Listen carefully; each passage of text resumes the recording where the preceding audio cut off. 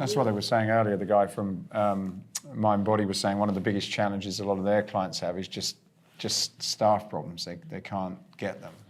Well, and we dip into that. So it takes, some of our studios, again, can take up to 6 years to build and to launch. So what we're doing behind the scenes, we bring in articulation coaches, we bring in drama coaches, we bring in music mixing. Anything that looks easy takes a very long time. So again, going back to Broadway, of course, I can sing and dance, really? Let's see you do this. And so what happens is people see an instructor and they, oh, it's easy. And it only lasts for a short period of time because it's much more difficult. And so what we like to do is, I mentioned my family of studios, so we'll take a core group, maybe, let's just say it's a new studio opening in, I don't know, Pennsylvania somewhere. We will take 3 or 4 of their could-be instructors and we will send them off to weekends at previous clients where they will learn and train and understand with someone who's been successful for 8 years. So I think the commanding the room and the music skills and just understanding how to multitask. You see someone on the 3rd row, you're coming in clipped, I've got the beats going, the lights are going on, what do I do? You're perfectly prepared for that. And usually what happens before we launch a studio, my whole team comes and we prepare them for when things don't go well. When things work, everyone's good. So what we do is, guess what, team? You've got a class in 30 minutes and you just had a power outage, fix it. And a good instructor doesn't need music. If you can't teach without music, then you need to go back and what do you have to say? And so a lot of times in the auditions, it doesn't matter what it is, the sound goes out and you have to finish the next 10 minutes with verbal skills. We do a lot of articulation as far as using words that are not parroted or 4, 3, 2, 1, I'm not paying for math class, you know, I need more than counting. And so rich vocabulary with 3 and 4 syllable words. So that's value, right? And suddenly it's transforming. I'm going to name my class today. It's Truth or Dare. Have a plan. You didn't just put 10 songs in your car on Spotify. There's no value to that. And so that's the layering and layering that we do.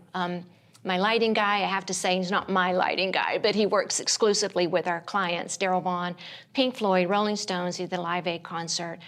He comes from a rock and roll background. Now, the reason I'm telling you this is the show goes on. I don't care if the amps go out, the show goes on. And so what we like to do is we set them up to fail. So whether it's boxing, yoga, it doesn't matter what it is, guess what? The lights just went out, or someone fell off their bike, or someone got hit in the head. I've seen 2 fist fights, 3 heart attacks, gunshot, true story, fights, you can only imagine. One of the things that we like to do also is to, first and foremost, I protect the client from a lawsuit. Whatever you're teaching, there is a buzzer to 911 in everything that we do. So all the thought that we put into it comes from years and years, and it's thoughtful features so that there's no change orders once the construction starts. The full set of plans, the branding, the colors, everything. So if I die tomorrow, you can open up 6 more studios and you have the tools. The branding assets, they're just like, it's like branding porn, you know, you're just like, oh, 39 pages of just beautiful backgrounds, and we're very selective about who we use for that. We've got some great graphic people on board, but so just like the buzzer to the front desk, there was a studio that we did in San Diego, Pure, and they've been around, so successful. The front desk during the class, I think the girl left to, I don't know, go wash her hands or something, and a couple of homeless dudes came in, certainly fine, but they heard the music and they opened up the door, so you're teaching and all of a sudden you've got a couple of shopping carts, you know, what do? You know, we've already practiced for that. We've already prepared for that. You just keep teaching and the buzzer presses and then it's handled. So we prepare them for when mock classes, you know, whether it's yoga or anything, suddenly I just had a heart attack. What are you going to do? So when you're anticipating failure, as he said, when things work, you're great. But let's see how good you are when they don't work. And And that's the beauty of the performance that comes out. So you don't know whether it's a stripper or a homeless person. Or a heart attack, yes, stripper or a heart attack. Is What's this it going to real? be today? Well, and The actress. Shine, this is a great story. So for Shine, again, Brunei. Now, granted, it's not for everyone, but Mother's Day. What are you going to do for Mother's Day? So they flew in Stevie Wonder's saxophone player. Gets better. 5 songs into the class. It was a hit class. No announcement. No one had any idea. The lights go down, and he plays Isn't She Lovely? Slips out. I'd pay $40 for that. You see where I'm going? And that's what most people don't have. All you need to be successful is hustle and creativity and us. No, I'm just teasing. But that's what most people don't have. And does that, do those things from a commercial perspective, you know, like making, because there's a huge amount of work to get to that level and so many pieces. Does that work commercially, like flying this guy over, and do you get the either the word of the mouth or the retention for that to kind of elevate your business, you know, from a, you know, to sustain a business? Well, not really. As again, we're very secretive. And what's funny is my website, if you go there, it's just a tip of the iceberg because clients are paying me to keep their secret secret. And so it's not about us. We have no ego. Everyone on the team, we're in kind of that third phase of life. It's not about us. We call ourselves balcony people. We're just up there clapping for you. And so because of that, we don't talk much. We don't post much. We don't share much. Everything is very quiet. And as I said, that's how it should be. But for the client, so like if for their businesses, you know, to do some of these things and go to that effort to, you know, for a single studio, I know you say that they're going for 10 years, so I guess it must work for them, but... And it is Brunei, darling. Yeah. No, but you'd be surprised. As I said, we did one in Triumph in Fort Wayne, and we had breakdancers that came in. You know, it's just something fun. But I give them. I mean, I'm the taskmaster. So the minute you sign a contract, you've got homework. You've got to read these 6 books. You've got to watch this DVD, and you've got to tell me by Tuesday what your answer is. And that tells me, is this a hobby or a business? If it's a hobby, then that's fine. It's Playhouse. If it's a business, you treat it like a business. For example, and you'll appreciate this, I'm just respect the history. If you're opening a coffee shop, you understand the beans. Costa Rica, where are the Jamaican beans? You really understand. It's not that you just like lattes. If you're opening fitness, you don't even know the history.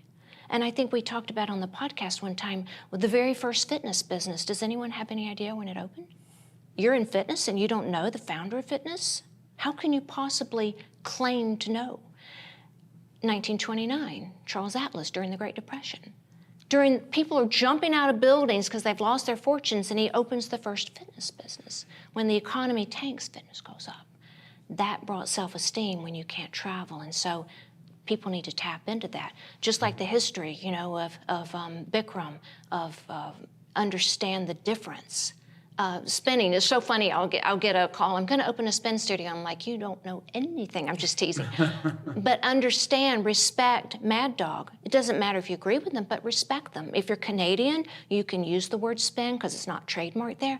But at least know, because contradiction means somebody's wrong.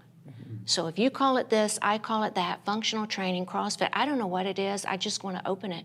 It's shallow. And so we really take it to a level. And the yoga community is very good about this. Tadasana, Chaturanga, Sanskrit, it doesn't matter. They don't make up things. 200 RYT, 500, but when it comes to all this other stuff, it's my signature class. I'm like, No. where did this come from? And what happens is it's my way or your way and contradiction. So in the beginning, what we like to do is write down our, again, vocabulary. How are you teaching? And hire people that will teach like that. And if they don't want to teach like that, they need to go elsewhere. So we start small and strong and solid. This is who we are. This is what we believe. This is why our studio is designed this way. Every single detail, just like you know, the space between the benches, it doesn't matter. We're super sensitive to people that may not fit the perfect mold. We know that sometimes on the back row is where first-timers or heavier people, or if you have a prosthetic or if there's something, sometimes the back row, a little more space between whatever you're doing. Think about business class. The seats are big and you don't feel so large. But when you pack things in, you're acutely aware that I don't belong. We make everyone feel 10 years younger.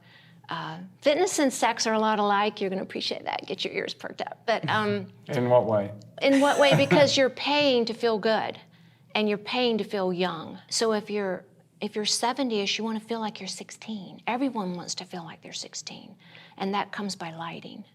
And so we make it's like a restaurant. You want to feel beautiful. I can read the menu. You should never have to get your reading glasses out to look at your locker. And so we've had some instructors suddenly are saying, I can't see. I'm 45, I need my reading. I've lost my vibe. So we think about that. So we have a touch keypad system so that you can be blind and still teach a class. But what happens is you're acutely aware that I'm the oldest one in this class, and you're acutely aware that You don't want to be known to be the oldest person, or seen, or Singled out. So that comes again at a restaurant. The people who are older are going to spend more money if they feel younger. So lighting, I can read the menu, I feel comfortable, I can hear, the music's good, so the acoustics, everything goes into that effect of I walk in the door and I feel good. So whether it's backlit or very soft, we're so sensitive to even mirrors. You know, what we hate more than anything is to be in let's just say yoga studio, and suddenly there's a mirror split, or Pilates or bar, and like, why is this mat split? Half my body's here because whoever designed that didn't take the class. So we like to know, what are you going to do? We position it out. We know your equipment, every single thing. We know the circumference around that. And then we position the mirror so that every single station has the same. You don't ever want to lie on your back and have an air vent and squinting, and suddenly this one is never filled.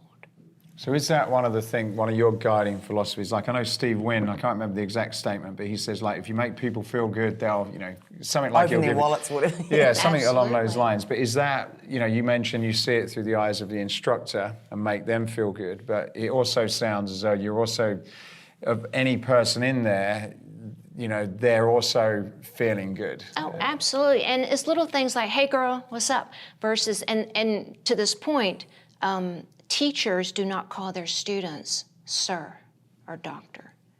Students call their teacher. So why would instructor, yes ma'am, can I help you with that? And I get it, if you're 20, anyone over 40 looks ancient, but I've had clients call me and say, I'm opening a studio because they keep calling me this. So just like Dr. Sir, who's a doctor? Is it a PhD? Is it a dentist? I don't know. Why does he get a doctor? I don't. Who cares? So let's call everybody by their first name. And if you don't know their first name, shame on you. How hard is it for the front desk to print out, I know they're coming, I know what they like, I know your children. One of the things also that we do when we design these studios, every Wednesday we feed the crew. Every Wednesday, whoever's on the construction site, lunch is served. And that comes from way back, something I feel special about. The painter's children. The audacity of someone to build something and not even know the GC's name. And so every Wednesday, we bring food, pizza, whatever, and so that's all over the world. And that's one of, if you're gonna work with me, then we take care of people that take care of you. And guess what? They won't be coming back to put an extra screw in. And so when you respect the people at the bottom, and that's what most fitness people don't. So, when we built the studio in Brunei, Bangladeshians did the project. Phenomenal. They read every single detail. And speaking of reading, one of our tricks also is that we go and have everyone's eyes checked. Majority of people can't see. And so if you're looking at floor plans and something doesn't turn out right, it's because most people don't have reading glasses. And so what we do is blow them up massive size, and then we load up everyone and say, we're gonna go get your eyes checked. The maintenance crew, if things are dirty, it's not their fault. How many of them can actually see? how many can actually read? And I've learned this, again, very humble, is that not everyone can read. How dare we impose these? You didn't clean this. I'm gonna, like, can't they get their eyes checked? And so when you get complaints about, oh, this club, this gym, this studio, this whatever is dirty, well, that's management's problem because they didn't take care of their people. And so that's where the level that we go to. And as I said, we've been on our hands and knees in the middle of the night, sweeping floors. I mean, there's nothing that we won't do.